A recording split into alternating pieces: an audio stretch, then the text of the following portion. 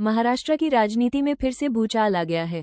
उद्धव ठाकरे के घर में ही टाइगर घुस गया है और इस बार शिकार हुआ है खुद उद्धव ठाकरे का सांसद। नमस्कार, आप देख रहे हैं तिवारी WX न्यूज। आज बात करेंगे ऑपरेशन टाइगर की, उस राजनीतिक खेल की जिसने एक बार फिर एकनाथ शिंदे और उद्धव ठाकरे के बीच की लड़ाई को हवा दे दी है। सिर्फ 2 मिनट में पूरा मामला समझ लीजिए। क्या है ऑपरेशन टाइगर?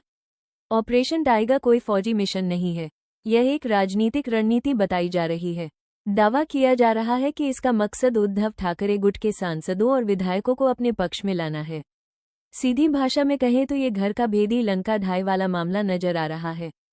पिछले कुछ दिनों से चर्चा थी कि उद्धव ठाकरे गुट के कुछ सांसद अलग राह पकड़ सकते हैं और अब इन चर्चाओं ने और जोर पकड़ लिया है।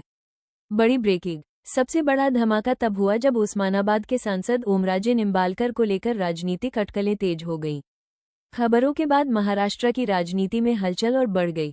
इसी बीच महाराष्ट्र के उप मुख्यमंत्री देवेंद्र फडणवीस का एक बयान भी खूब चर्चा में रहा। इसके बाद राजनीतिक गलियारों में चर्चाओं का बाजार गर्म हो गया। शिंदे ने क्या कहा? जब पत्रकारों ने एकनाथ शिंदे से पूछा कि आखिर यह ऑपरेशन टाइगर क्या है, तो उन्होंने मुस्कुराते हुए कहा, थोड़ा इंतजार कीजिए, जल्द ही बड़ी खबर मिलेगी। शिंदे की इस एक लाइन ने राजनीतिक चर्चाओं को और तेज कर दिया। यानी तस्वीर अभी पूरी तरह साफ नहीं हुई है। उद्धव गुट का पलटवार उधर उद्धव ठाकरे भी चुप नहीं बैठे। उन्होंने अपने नेताओं और जनप्रतिनिधियों के साथ बैठकें शुरू कर दी हैं। पार्टी को एकजुट रखने की कोशिशें तेज हो गई हैं। वहीं आदित्य ठाकरे ने भी विरोधियों पर तीखा हमला बोला और पार्टी छोड़ने वालों पर निशाना साधा। बीजेपी का क्या रोल है? अब सबसे बड़ा सवाल यही है कि क्या इस पूरे घटनाक्रम में बीजेपी की कोई भूमिका है? इस पर बीजेपी नेता चंद्रशेखर बावनकुले ने साफ कहा कि यह शिवसेना का अंदरूनी मामला है और बीजेपी का इससे कोई लेना देना नहीं है। लेकिन राजनीति में अक्सर जो दिखाई देता है वो पूरा सच नहीं होता और जो सच होता है वो तुरंत दिखाई भी नहीं देता। अब उद्धव ठाकरे भी चुप बैठने वाले नहीं हैं। जैसे ही ओमराजे निंबालकर के जाने की खबर मिली, उद्धव ने तुरंत अपने सभी विधायक और सांसद की मीटिंग बुला ली। पार्टी को टूटने से बचाने की कोशिश शुरू हो गई है। आदित्य ठाकरे तो गुस्से में लाल हैं। उन्होंने नेताओं को साफ कह दिया, जो गद्दार है, जो कुर्सी के भूखे हैं, उन्हें पार्टी में जगह नहीं मिलेगी। उद्धव ने अपने नेताओं और जनप्रतिनिधियों के साथ बैठक शुरू कर दी है।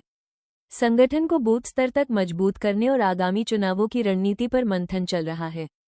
अब सवाल ये है कि इस पूरे घमासान का महाराष्ट्र की जनता पर क्या असर पड़ेगा। देखिए, अगर उद्धव के और सांसद टूटे तो इसका असर सीधा विकास के कामों पर पड़ेगा।